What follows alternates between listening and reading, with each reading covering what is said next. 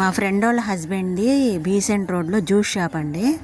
అక్కడికి ఎవ్రీడే ఒక 5-6 డాక్టర్స్ అన్నా వస్తారంట.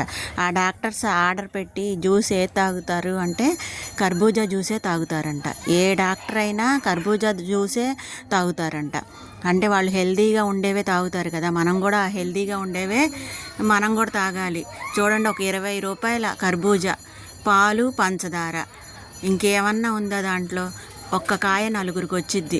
మేము ఒకటి వేస్ట్ అయిపోద్దని మొత్తం ఇద్దరమే తాగాము.